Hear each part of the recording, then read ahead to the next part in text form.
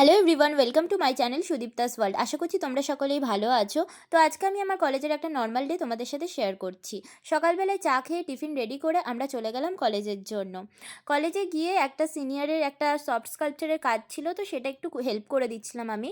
আর আমাদের এখন ওয়েল্ডিংয়ের কাজ চলছে, তো সেটাই করছিলাম। কিছুটা কাজ করার পর আমি চলে গেলাম অ্যাপ্লাইড আর্টের রুমে লাঞ্চ করার জন্য। দেখছি ওরা কাজ করছিল। তো তারপরে আমরা বহুত ফ্রাস্ট্রেটেড ছিলাম যেহেতু 6th ফ্লোরে ক্লাস ছিল। তো আজকে আমি 2 সপ্তাহ পর বাড়ি যাচ্ছি, আমার খুব এক্সাইটিং ফিল হচ্ছিল। তো ট্রেনে বসে বসে আমি কি করব বুঝতে পারছিলাম না, তাই মাফলার বুনতে লেগে গেছিলাম। বাড়ি এসে গোলু গোলুকে দেখে তো আমার মানে মনটা এত খুশি লাগছিল বলে বোঝাতে পারবো না। গোলুকেও দেখো তোমরা, ও কতটা খুশি হয়ে গেছে আমাকে দেখে।